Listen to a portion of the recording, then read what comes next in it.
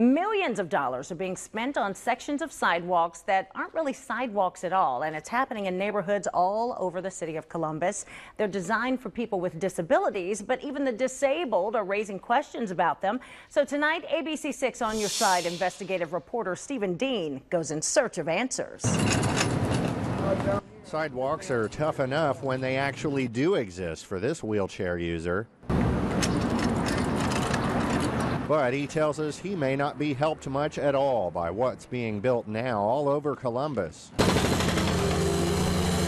Viewers called 6 On Your Side to investigate this $7.5 million contract to fix curbs and sidewalks all over town because it sure looks like a bunch of little sections of concrete go nowhere. What sense does that make, you know? Mike Duff lives along Maize near Cooke in the construction zone. Columbus city planners say these so-called push-button pads are designed so people with disabilities can get out of traffic to push the crosswalk button.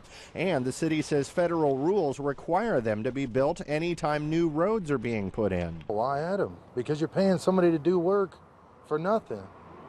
That would be like you coming to me, I need a tune-up on my car, and I'll go, okay, well, I'm going to change your front brakes. But how much sense do you think it makes if you cross the street here at 161 in Cherry Bottom and end up in this little slab of concrete, you go nowhere? If you're walking or in a wheelchair, you have to go back out into the street in traffic, no sidewalk in between the two, then you end up at another little sliver of concrete. Only then can you walk or roll your wheelchair into this little section, then you can reach up here and push the button to walk across the other direction, and it's like this all over town. If you're not in a wheelchair and you might not be thinking about it, it could occur to you that it doesn't look like it's placed properly, but it is. Rick Tilton is Assistant Director of Columbus Public Service Department. In this contract, you paid for more than 650 of the cement pads, some of them in areas with no sidewalks at all, others in busy freeway-like interchanges where people on foot or in wheelchairs are rarely ever seen. You just never know. Someone might be there by choice, they might not be there by choice,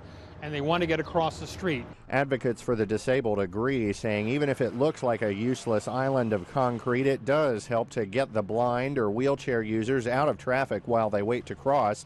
But other people with disabilities, like this man, say they wish this money and this concrete would instead be used to build more sidewalks that actually take them places. That would really help them get around.